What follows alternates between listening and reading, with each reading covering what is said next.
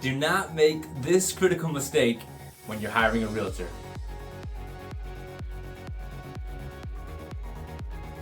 You know, the biggest horror stories that we hear from people's past experiences in real estate is when they just picked an agent that was either a family member or a friend or was referred to them by somebody, and they didn't actually ask any pointed questions as to whether or not this person is someone experienced in the current market and they actually have sold enough homes or are going to do specific things to get their home sold. They went with their gut, and sometimes it works out, and for many times it doesn't, because they end up with someone that maybe was a good performing agent in the past, but the season of life has changed for them and they're not doing the work anymore, or a number of different things.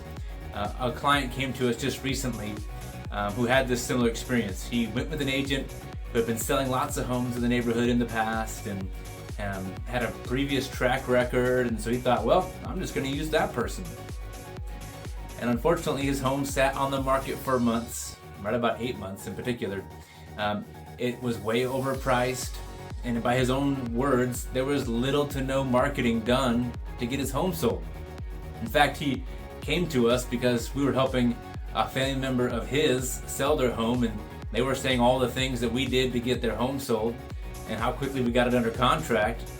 And he thought, well, the one I signed up with, that agent's not doing any of these things to get their home sold. And so if he would have asked some important questions before hiring that person, he could have saved himself, again, right about 8 months on the market where his home didn't get sold, thousands of dollars in what he continued to pay on his mortgage and taxes and insurance because the home just didn't get sold. But whether you're buying or selling a home, there are some important questions that you need to ask an agent before you sign a contract and hire them to work for you, because the last thing that you want is someone who's not experienced enough, or is not going to do the work, or doesn't know how to write a contract for a buyer.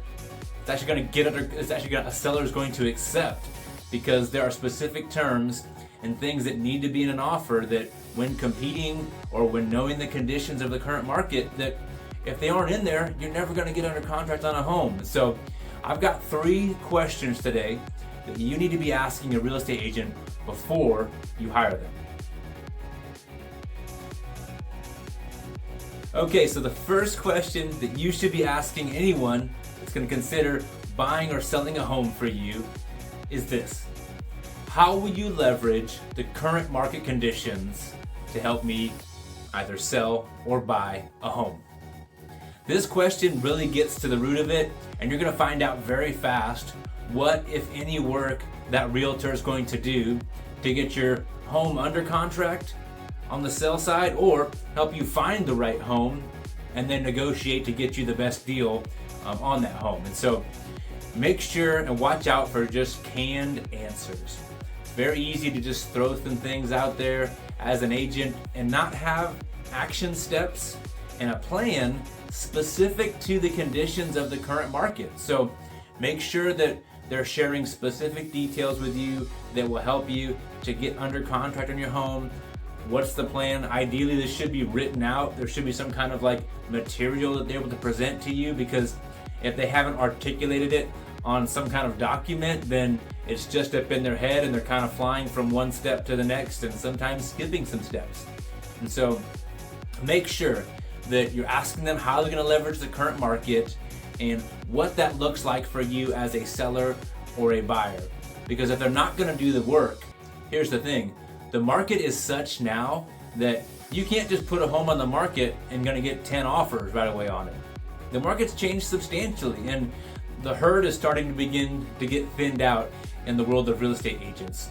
Many agents are realizing that you just can't put the sign in the yard and be a rock star and get all the praise because the home sold for such a high price. If you're not doing the right type of marketing and getting your home in front of as many people as possible, there's a ton of steps that need to be taken with the current market conditions to sell your home. Make sure they can give you good answers on that. And if you're buying a home, hey, how are you going to help me get under contract and get the very best deal? Give me some examples of how you've helped buyers get under contract under the current market conditions. That kind of question If they're ready and they've got great answers for you, then you know you've got a good agent. But if they're kind of shooting from the hip and they're unprepared for that question, then be concerned. Here's a good tip. Watch for leaking. Yes, leaking is what I said. So you can tell oftentimes when someone's not ready for something, or they're just kind of shooting from the hip, if when they're giving you the answers, there's not a lot of confidence there. You can tell it hasn't been something they've said before, and leaking can come out with maybe some facial gestures or mannerisms, or they're kind of avoiding it, or they look kind of anxious. That's not a good sign. You need to make sure that the person who's giving you those answers delivers them with confidence, because if they don't, then there's a good chance they're just saying things to get your approval and get you to sign some paperwork. So make sure you ask, what are you going to do to leverage the current market conditions to help me sell or buy a home? The second best question to ask is, how experienced are you? There's a couple layers deep that we're going to go on this, but ask them, how many years have you been in real estate? They don't have to have been in real estate for 20 years, but you probably don't want someone fresh out of real estate school either, because they're just not going to know what they don't know. And so make sure there's someone that's been experienced in real estate. They've been in for a number of years in the industry, because it's just time in grade. We used to call it in the military, time in grade. There's something about being there for a while and doing it to know what it takes to get the job done. So, but a layer deeper than that, how many homes did you sell last year? Because it's great to have years in the market, in the industry, but if they only sold 1 or 2 homes last year, well, that's not enough experience in the current market to actually know how to help you. They'll be out of touch with what's going on in the market, and so find out how many years they've been doing it for, and then also how many homes did you sell last year. And then a third layer you can do is, how many homes have you sold so far this year? Because again, last year was a different market than what we're experiencing right now. So it's still recent enough that it's important to know like what type of volume did they do. But also so far this year, how many buyers and sellers have they helped to get under contract? Because that experience is going to be super helpful as you sell or buy a home, because they'll have had the experience with the current market to assist you best. And so I'd rather have you work with somebody who's only been doing it for a couple of years but had sold a ton of homes in the previous year, versus someone who's been in the industry for a long time but only sold a handful of homes the last year, and maybe 1 or 2 so far this year. You need to make sure that whoever you're working with has the experience necessary, because if not, some mistakes are going to happen. You're going to be writing offers that will never get accepted. You're going to have a home on the market that's not going to go under contract because they just don't know what to do. They don't have the experience. So make sure that you're asking any realtor you're considering hiring about their experience. And the last question I'm going to leave you with today is, who's going to be handling all the paperwork and the processing of my transaction? That's what you should ask a real estate agent, because so many people are just a one-man show and they're trying to do all the things, and there's just so many moving parts in real estate that the last thing you want is somebody trying to do all the things. This is when we hear about people having delayed closings, mistakes, items missed on contracts, the financials not being right on the closing disclosures. So many mistakes happen when you've just got one set of eyes trying to keep track of all the moving parts. Your realtor should have a dedicated transaction coordinator. I know it feels good to think that, oh, well, one person's going to do all the things because they're going to control all of it. It's just not a sound plan. At some point, mistakes happen because you can do more together as a team, right? There's a reason for that. You need people, multiple people working together. Ideally, they have at least one transaction coordinator or an admin of some sort to help make sure stuff doesn't get lost, because we're people and people make mistakes.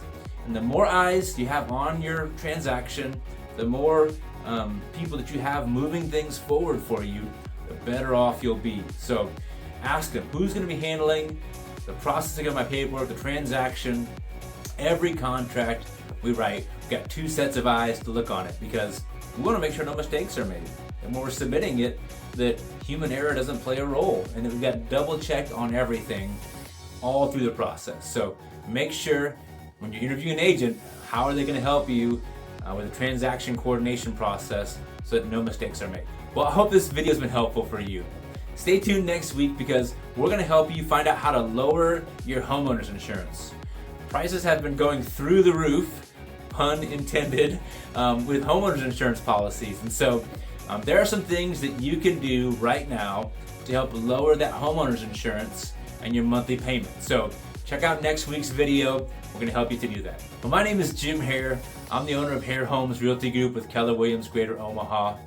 If you or someone that you know is considering buying, selling, or building a home, it would be an honor to serve you and have a conversation, help educate you about the market, and just give you some good information so that you can make the best decision for your family's future. You can text or call me on the number that will show right after this, or you can reply to the email if you're getting it that way.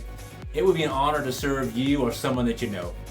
Thank you so much for tuning in. God bless you and have an amazing day.